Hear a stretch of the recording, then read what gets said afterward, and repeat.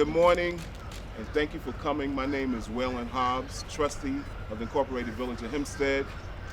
I invited you here this morning to share with the residents of the Village of Hempstead that recently the Democrats had a Democratic caucus in which they nominated the mayoral candidate, trustee candidate, and village justice candidate. A fair process that was taking place. And once this process had taken place, our mayor, which is Republican, brought a lawsuit with the New York Supreme Court challenging a fair democratic process. And the reason why I wanted to bring this to the attention of the residents and the voters of the Village of Hempstead is because this is straight from the Republican playbook of voter suppression that has found its way locally here in the Village of Hempstead. A move that dilutes, suppresses the right of our community to hold a fair process in which they nominated their candidates. And so I'm here today to say that we will not stand for it.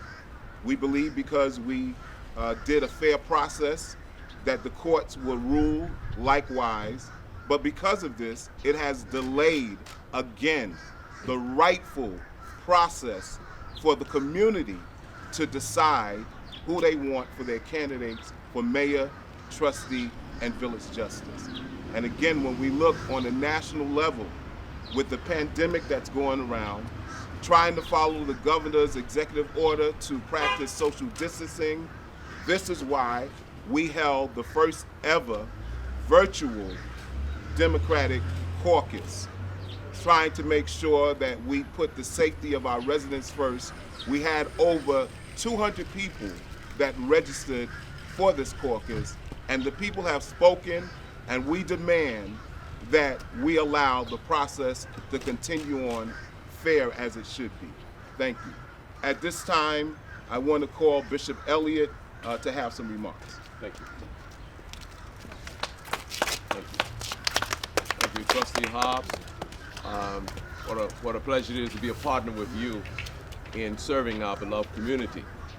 I'm here to take another angle to support the fact that we are already in the aftermath of going through a period of technicalities of claims of stealing an election. That still looms and lingers over the psychic and mindset of our community. There is a spirit of hopelessness in terms of the integrity of our government, all the way from our federal government all the way down. And that equates to voter suppression when the community loses faith in the process by allegations of wrongdoings in the process. We just went through that. We just survived that at the court level. And now we're seeing that showing up again.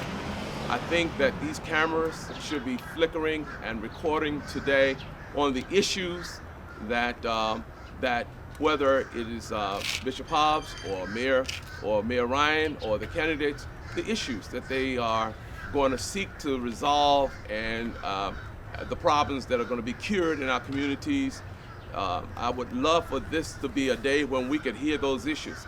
And dealing with these technicalities keeps us away from dealing with the issues that are needed in our community, that we want to hear from. And we should be doing things to encourage the next generation, which almost tapped out on participating in the voting process because of these technicalities that seem to infer that somebody's trying to steal an election. Enough of that, and let the voice of the people be heard. And the next time the cameras flick, might we hear what each of these candidates plan to do for our community once they are elected. Thank you for this opportunity to speak.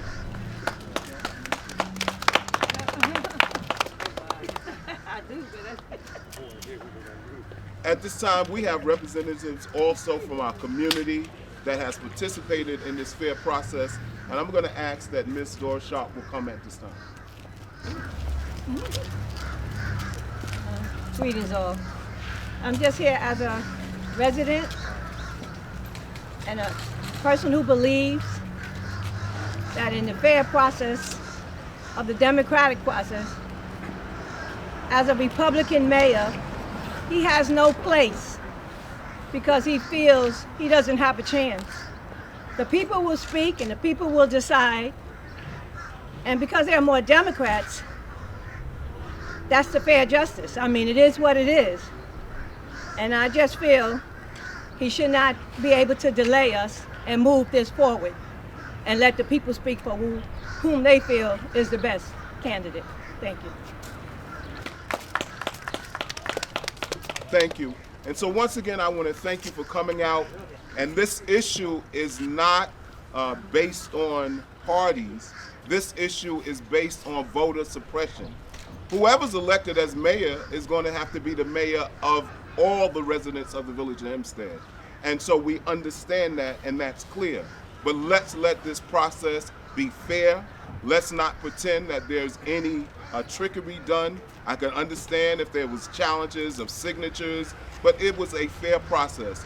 And so again, I'm praying that we would hurry up and expedite this so that all candidates that have been duly chosen could run without any interference. Thank you so much.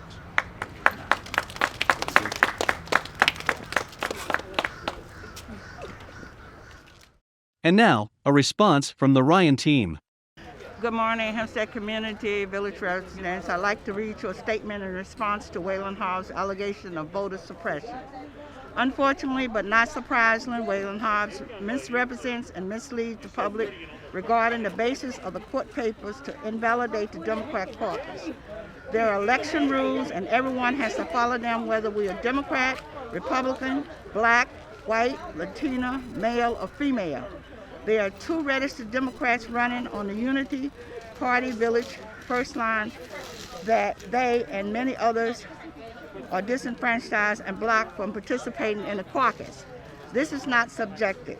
The caucus secretary had to notice the meeting a minimum of 10 days prior to the meeting, and she did not. Hobbs' attempt to make this about the voter suppression, black and Latina voices is disingenuous. It was his team that knocked off a black female mayoral candidate, Jada Gilwater. Arrogance is the only answer to Hobbs' claim that Mayor Ryan or anyone on the Unity Party / Village First Team sought to eliminate candidates from their legal right to run for office. If Hobbs can eliminate candidates, why is it that the Unity Party First Village Party cannot question a process manipulated by Hobbs and his representatives to suppress participation in the caucus? This is not a Democratic versus Republican issue. This is about truthfulness, integrity, and following rules. It is sad that Hobbs' entire campaign is about misleading voters. First, he includes a trustee who is not a village resident. Griffin allegedly lives at 447 Locust Avenue, Uniondale. Then his judicial candidate lied to over 100 viewers as a candidate form and about the number of years she has been licensed to practice law. The residents of Hempstead deserve better. It's about truth, speaking the truth, honesty, integrity. We need to come together, unite, be on the same page, work as a team. The last time I looked, it's no I in team, it's we. Thank you for listening.